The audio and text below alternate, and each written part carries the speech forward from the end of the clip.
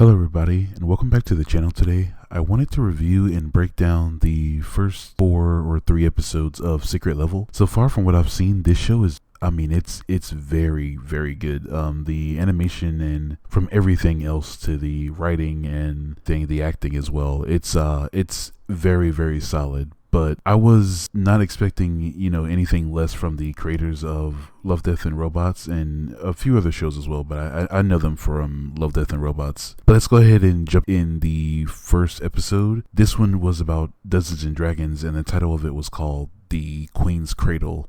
And just by the title alone, you might be able to tell what it's going to be about.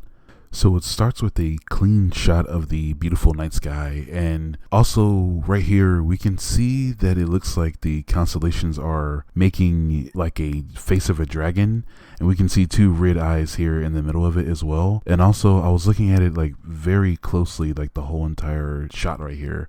And if you look at the right, you can see another head, and then another one down below, and then another one and another one, which I think in total it makes up to like 5 dragon heads, with like each have like different eye colors as well. And that definitely is a crazy foreshadow for what is going to happen at the end of the episode. But it also can mean that they were probably being watched from the beginning of the whole entire episode as well. But let's go ahead and continue. We are now introduced to the main cast of this episode, and the first person we see is a half-orc or a full-orc sorcerer, and they're on lookout telling the rest of the party it's clear, and then we get to see the rest of the party as well. So we see a gnome wizard and a dwarf monk, and also a Goliath paladin. But I also wanted to quickly point out, we can see on the paladin's shield a symbol of Torm. And Torm is one of the many deities in Dungeons & Dragons. He is a lawful good god in the war domain, and his followers are known as Tormtar. And they mainly consist of humans who favor the causes of good and law. And they are all overlooking like a encampment with a bunch of guards that are surrounding this. Looks like they're protecting this carriage or cart.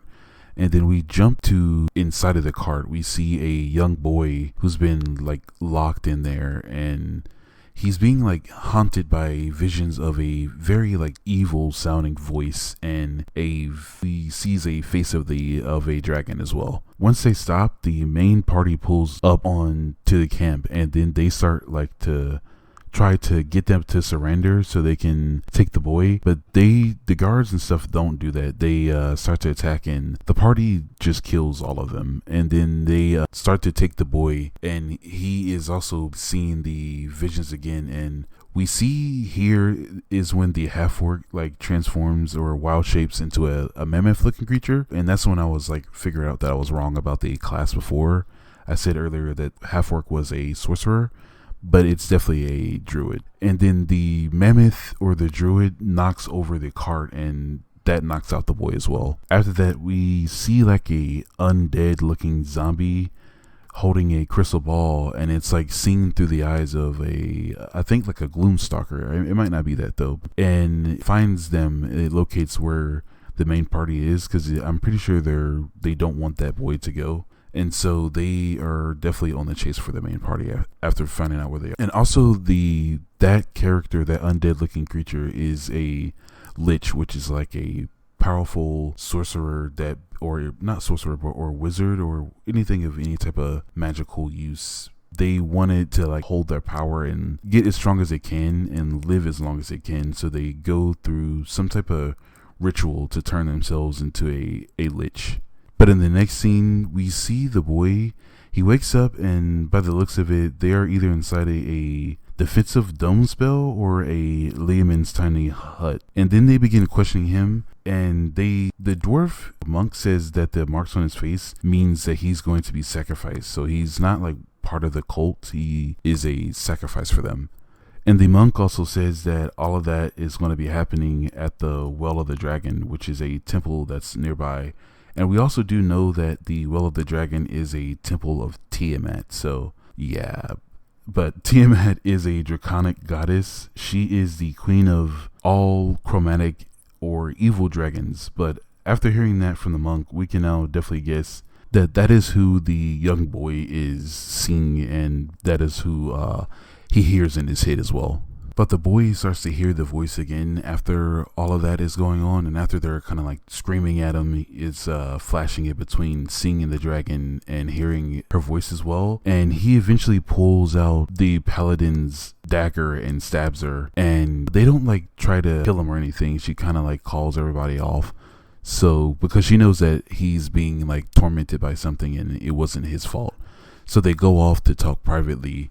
But she basically explains to him like her backstory, and now that she fights for peace and for good, and she used to be very, very like bad and just kill people for no reason.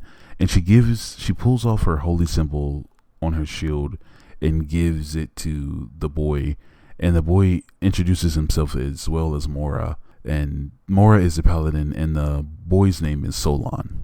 And then we see that the druid half-orc alerts everyone that they have some enemies coming up on them. And so they just run away from them. And they definitely get away, and they get to the lair of where they're going to help Solon get rid of the evil inside of him. And it's a big like bridge that's a sword, and then once they get to the other side of that bridge, there's a big giant door that the gnome starts to open. But they get stopped by the cult, and they are fighting them off. But eventually the gnome does get the door open, and Mora and Solon only enter while they stay out and fight. But as they enter, we are like revealed to a beautiful golden dragon, and most of the golden dragons, actually all of the metallic dragons, are good, and they are ruled by Bahamut, and he is a lawful good deity.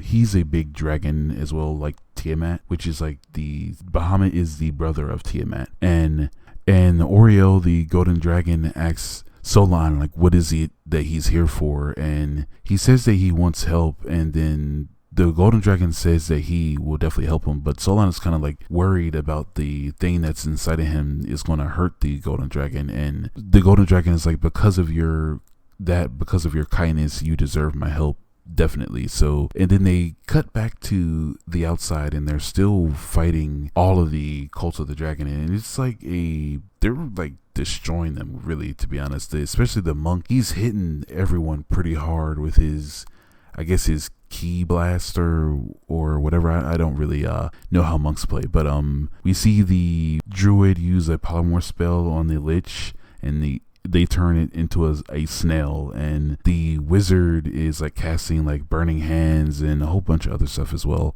But back inside the lair for Oriel, we see that he starts to absorb the evil that's inside of Solon, and it's like crazy looking. It's like a real red just beam of energy that's going into Oriel's eyes, out of Solon's eyes and mouth as well.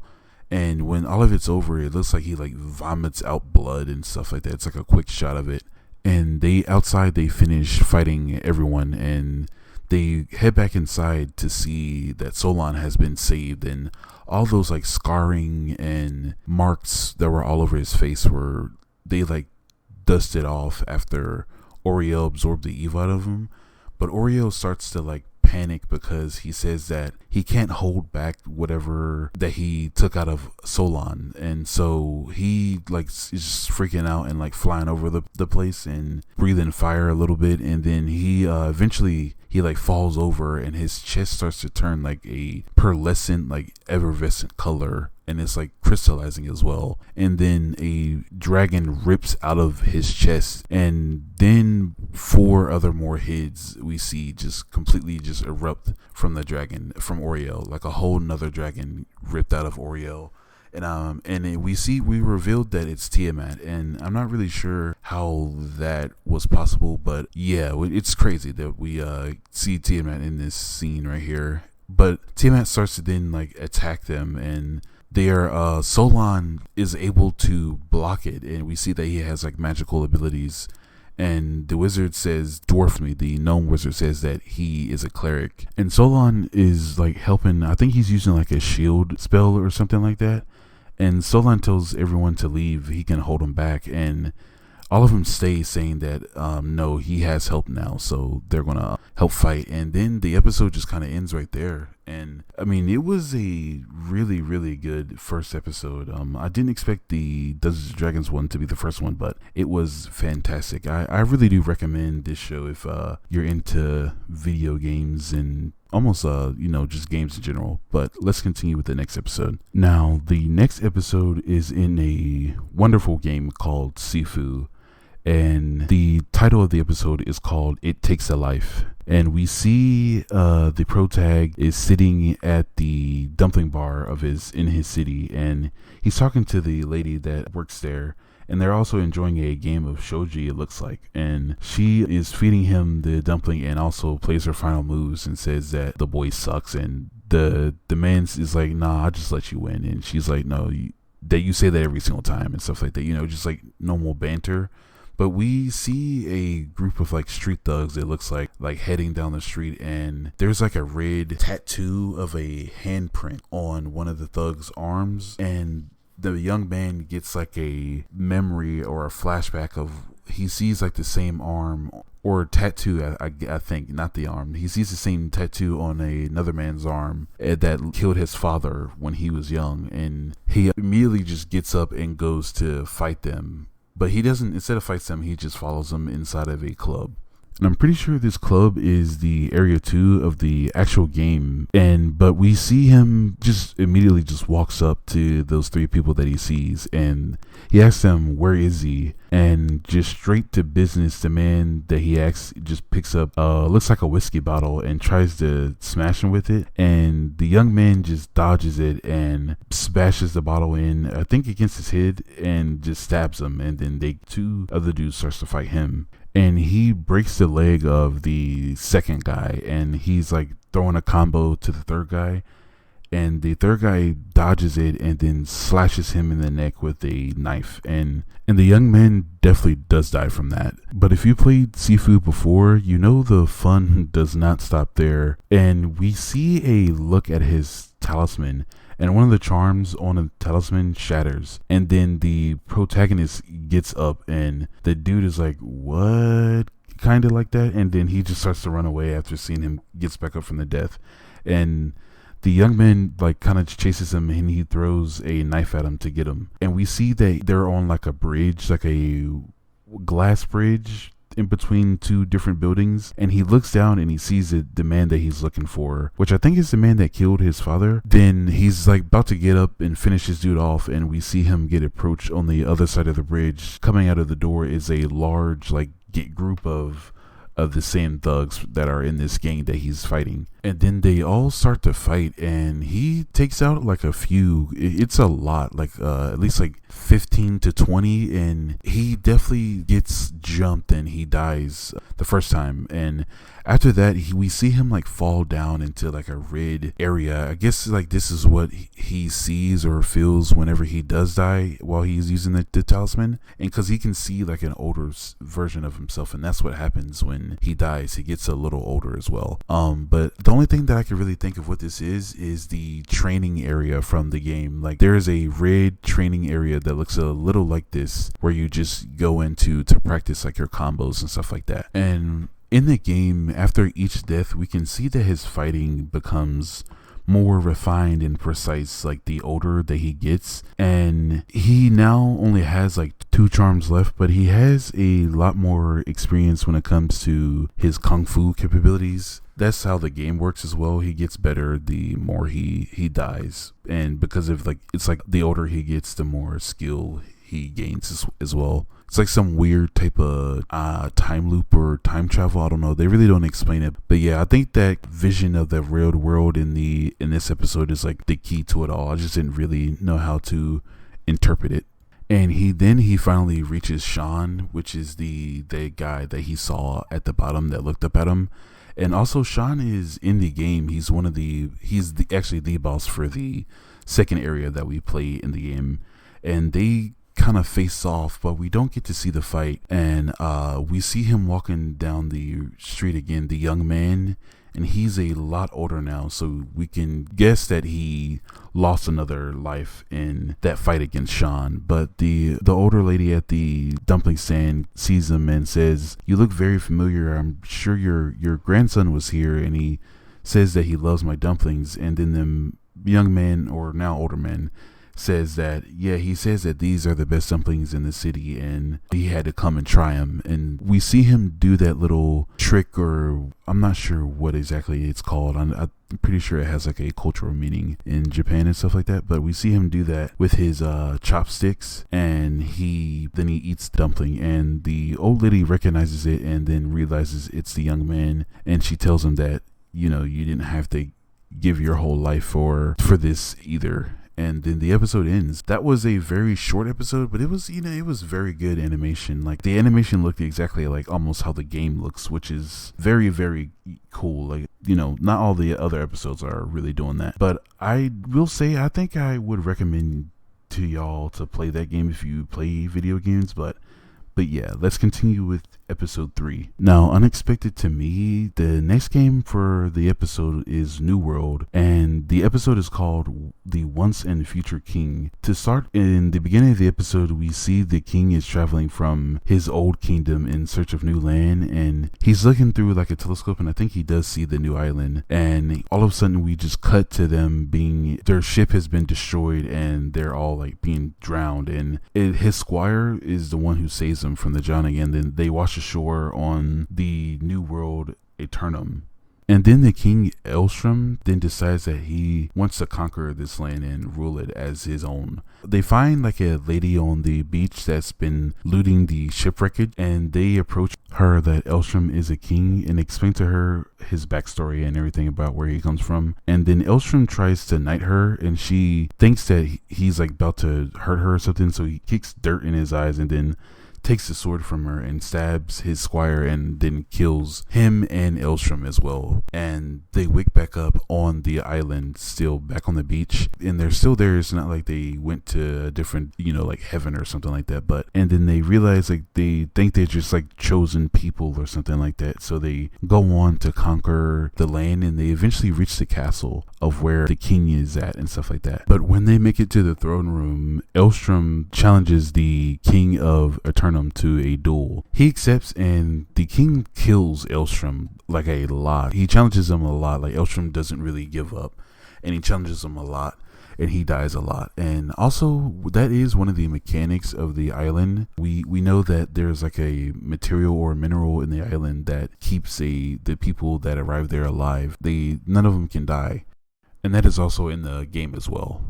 Through the many duels that Elstrom has with the king, they wind back up on the beach again, and him and his squire are talking, and Elstrom is kind of like bullying him, making fun of him because he lost his arm before he became immortal, so that means he has to like live with no arm with the rest of his eternity. And you can kind of see like the squire is a little bit hurt by it, and then that's when the squire tells him, like, Elstrom is like, why do I always lose in these fights and stuff like that? And then the squire tells him that basically because you are not really good, they set up all the tournaments back at his old kingdom for Elstrom to win. And by the way, this character is voiced by Arnold Schwarzenegger, so yeah, you should definitely check out this episode. This show is very unique, but Elstrom definitely gets upset by that, and he tells the squire to like leave. He's not going to be his squire anymore. And after that scene, we see Elstrom starts to climb that volcano that we can see in the background, and he sees like a shadowy entity, and the entity asks him what is it that he desires, and Elstrom says like power and like authority and stuff like that, and he tells him to enter that door, and he enters it, and he gets killed by something. You can't really see what it is. We can only just hear like very bad noises, and then he wakes back up on the beach again with a piece of armor, which is just like a faceplate or something like that. And then he goes back to the volcano again, and that same shadowy entity is there, and he asks him the same question. And he says the same answer, and he points to the door again. And he does this until he has like a full set of armor. And then he also gets like a very like powerful looking medallion that completely gives him a boost of power that he wants. And so he heads back to the castle to challenge the king again. And the king does accept his challenge, but he really just disarms him by taking off that necklace that he had and all of his armor and stuff like that. He basically loses all of his power after the king of Eternum takes off that necklace that Elshram was wearing. And then the king of Eternum just takes off his crown and throws it to Elshram. And he says that you can have it. And Elshram is, and then his squire is also in the room as well, and they even start that duel. We can see he's like helping the king of Eternum, but we see the squire walks up to Elshram and tells him that this island is like a island of never ending second chances, and he tries to reach out his hand to him so he can join him with the king of Eternum. And Elshram goes to reach for his hand, but he tricks him and just grabs the crown and runs away. And we see that like back on the beach, Elshram is looking a little guilty. He puts on the crown, and you can tell that it just doesn't feel right to him. So he takes it and he walks to find that lady that we see in the beginning of the episode. And he asks her, like, do you know how to blacksmith? And can you help me build a forge? And she said it's going to take a while, and he tells her that, well, we have time. And I mean, they literally have time. They can't die. He does build that forge, and he learns how to blacksmith, and he changes that crown that he has into an arm for his squire to apologize for everything that he's did. And they kind of like hug it out and stuff like that. And we get a very nice shot at the end of his mast. That was not his mast, but the ram of his ship it's like a statue of him, a golden statue of Elshram, and it's holding a crown, and it's like sunken in the water in this shot right here. We can see it like hanging right over his head. Yeah, I genuinely thought that he was going to make another golden sword out of it like he had in the beginning of the episode, but no, he definitely did the right thing to apologize to his squire.